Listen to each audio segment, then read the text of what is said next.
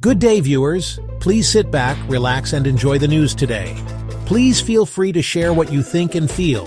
Please don't forget to like, share, comment, and subscribe.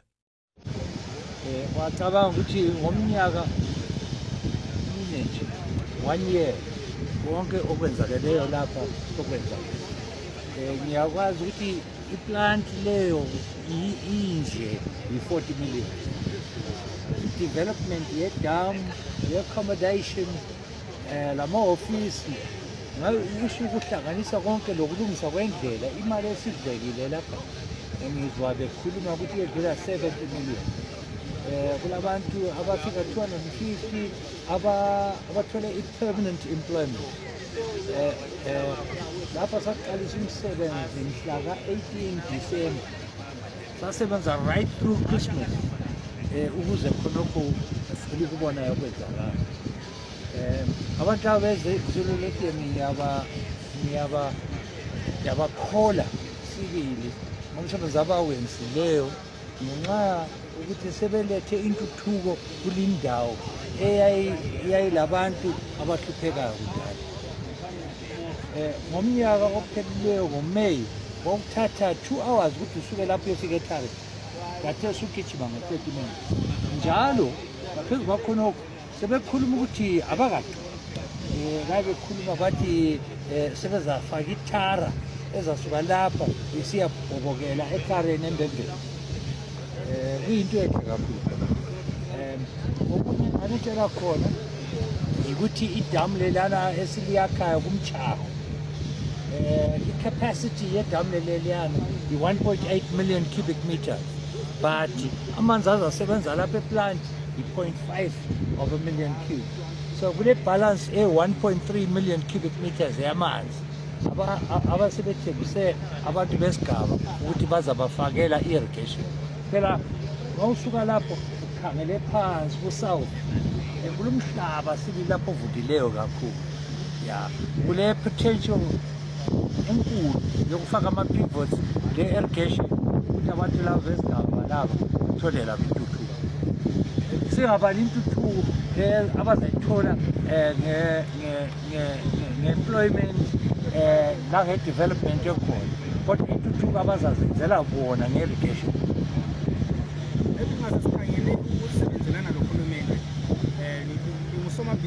Ngiyakukhola sibili uhulumende kulama-difficulties sibili, kodwa ngokubona kwami nangendlela azamayo uhulumende uzama ukubaphathisa. This former tin mine that closed about 30 years ago due to declining prices has now reopened as Kamativi Mining Company and is processing lithium. Boy Joseph Dingane, a traditional leader from this poor area, says the reopening of the mine has changed the area's fortunes. Children are going to school. Children now are not dragging themselves. They are going for work. So it has changed the community completely. The Kamativi Mining Company says it employs about 1,300 people and has exported 50,000 tons of processed lithium since it was launched about a year ago. Zimbabwean and international investors spent $100 million to make the site a working lithium mine. Meng Yang is one of the investors. Kamativi Mining Company has contributed significantly to the Zimbabwean fiscus, exceeding $8 million in taxes.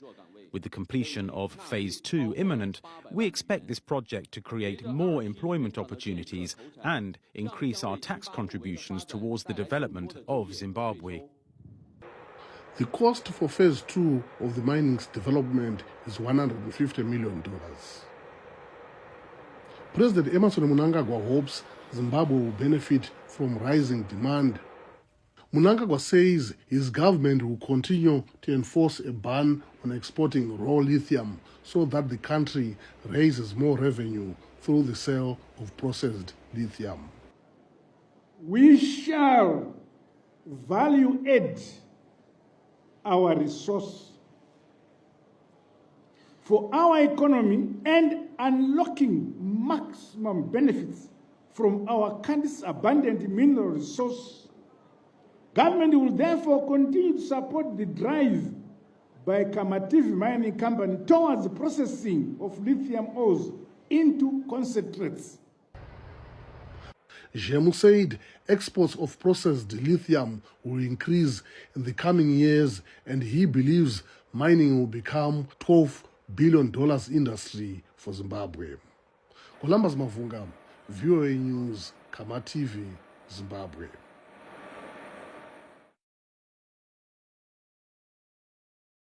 Is Sabi Star Mine and Lithium Concentrator Plant, a multi-million-dollar venture of Hong Kong-based Max Mind Investments. Once fully operational, this project will produce 3,000 tons of ore daily, yielding 1,000 tons of lithium concentrate. Not only is this a very high level of production by all global standards, it actually makes Sabi Star Zimbabwe's biggest producing lithium mine. Sabi Star achieves all this while being a shining example of how to move Zimbabwe from being an exporter of raw materials to being a major value addition center for the global energy sector. It is a project which has already deeply impacted lives and hopes in Zimbabwe's Buhera district. The newly built 32-kilometer access road alone has opened up opportunities for the large, previously isolated community through which the road passes. The 10 schools along the access road are now equipped with solar water pumps. Nyamasanga School is among those that have benefited from this investment. Before the coming of Max Mines, we had some challenges as far as water is concerned. Things have changed a lot. We are now having enough water for our kids, and the teachers as well are getting water at their doorsteps. We've got our garden, which is catering for the ECD children. It's a feeding program, and we've also started growing crops like maize, which we hope will go a long way in trying to alleviate the problem of hunger at our school, especially for the ECD children. As Nyamasanga enjoys the multiple benefits of fresh running water, Max Mind are busy performing various renovations to the infrastructure in those schools. Also along a section of this access road, Max Mind are investing in a modern, fully equipped clinic, bringing health delivery to the community.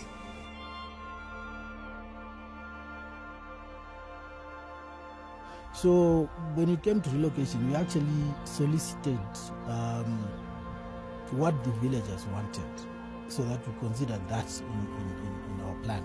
So we gave them the options, but what was important is that they told us what they wanted, and then we considered that in our relocation plan. The resultant relocation exercise saw 22 modern 3-bedroomed housing units being built in nearby Murambinda for those who elected to move out of the communal area, and 17 equally modern housing units being erected within the communal area away from the project site for those who opted to maintain their rural lifestyles. Mukandisa ipapapo ndinozoitere pemvura handigoni kuhamba ona zvakaita makumbo angu anorwadza handigoni kuhamba ba akati tichazozviona mbuya pandazonzwa masuro amwautaura kanzi mbuya makaita ropa rakanaka makaisiwa chibhoro paseri pedhanduru renyu saka ndiri kutenda nekuti ndakakomborerwa ndakapuwa zvandandisingafungiri. Amongst the most notable results of the relocation process are families in which multiple generations had been eking out a subsistence from single, shared communal farmsteads, now finding themselves in quite transformed circumstances. Of these, the Dera family might be the most outstanding example. Sezvo inini musha wangu nemurume wangu nevana vangu tatakangotenderedza pamaini ipapo tatisina munda yekuti tiri kure kuti tinodzi ukakusvikwi boko nemaini tatingori pamba ipapo. Aiwa kaupenyu katanako tinonzwa kufara, tinofarisisa zvakanyanya kuti tati neruzevha asi tikatarisa tamuchirungu nevana vangu ine Mwari akapindira akabvapo vana vangu chiwo dzimbawo saka ndinofara ndigotenda nezvandakaitirwa neMax Mine.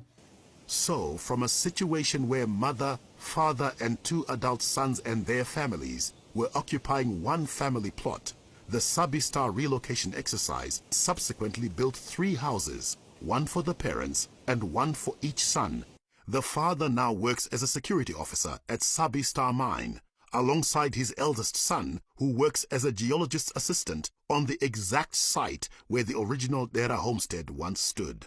While close by within the same complex, the younger of the two sons is now employed by one of the contractors for the plant and works as supervisor for a large construction crew drawn from the local community.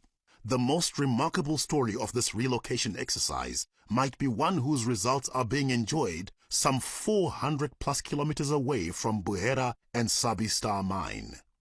One particular family originally comes from Berengwa, which is from Buhera, maybe 400 kilometers or so. So we did construct the standard the houses that we constructed for everyone else, and we did that in Berengwa, and then we carried all the stuff, all their belongings to Berengwa, including their livestock to Berengwa, and we set them up there. As much as the project has already done, however, the most exciting things may actually be yet to come. We are going to provide, modern learning facilities to the schools, to set up many irrigation schemes, where we're going to ask the local community to grow vegetables, that we will consume at the mine. That way we are helping people generate income in a very sustainable manner. So we're going to construct our own 15 megawatts thermal power plant, which will sustain all our operations. Whatever leftover power that we have, that should be enough to sustain the local schools, the local health facilities, and all that. So that's something we're looking into. Yeah. To bring into focus what has been achieved by this landmark investment exercise, it is perhaps best to describe it in terms of key local, continental, and global standards. The Sabi Star project speaks to 7 of the 17 focus areas of Zimbabwe's National Development Strategy, NDS1. It speaks to all 5 of the African Development Bank's high 5 imperatives for transforming Africa. Nyika inova kwa neve nevayo is a saying made popular by His Excellency President Emerson Mnangagwa. It means a country is built by its indigenes. While Max Mind is a foreign investor, the sensitivity and respect they have shown for the interests of the indigenous community of Buhera has shown a profound understanding of that principle. We mine with respect, care for communities, and unlock socio-economic value for all stakeholders. Welcome to the Dinson head office. Hello, today I'm at Dinson Iron and Steel factory in Zimbabwe, Africa. Let's take a look. This is the largest steel plant in Southern Africa, with a total investment of $1.5 billion. This is one of the many parts of the iron making plant.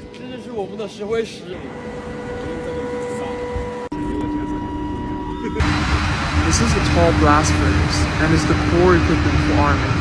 Raw materials such as iron ore and coke are fed from the top, and under the action of high temperature and a series of complex chemical reactions, it will create a spectacular recipe. Here, the pre-treated pig iron is put into converters, and raw materials such as scrap metal, lime, and alloy are added at the same time. Trained technicians will then precisely control various inputs to ensure the quality of the molten steel meets the toughest requirements.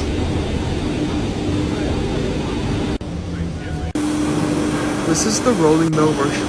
After being sent into the rolling equipment, the steel billets go through multiple rolling process and are turned into square bars. They are then used to make various products such as rebars. All equipment used have high levels of autonomy to improve efficiency. These steel products will be widely used in infrastructure in Zimbabwe and neighboring countries. Thank you. Dinson Iron and Steel has achieved an annual output of 600,000 tons. Its portfolio includes pit iron steel billets and deform bars. Since commissioning, the plant has significantly eased Zimbabwe's reliance on foreign steel while exporting to various other nations.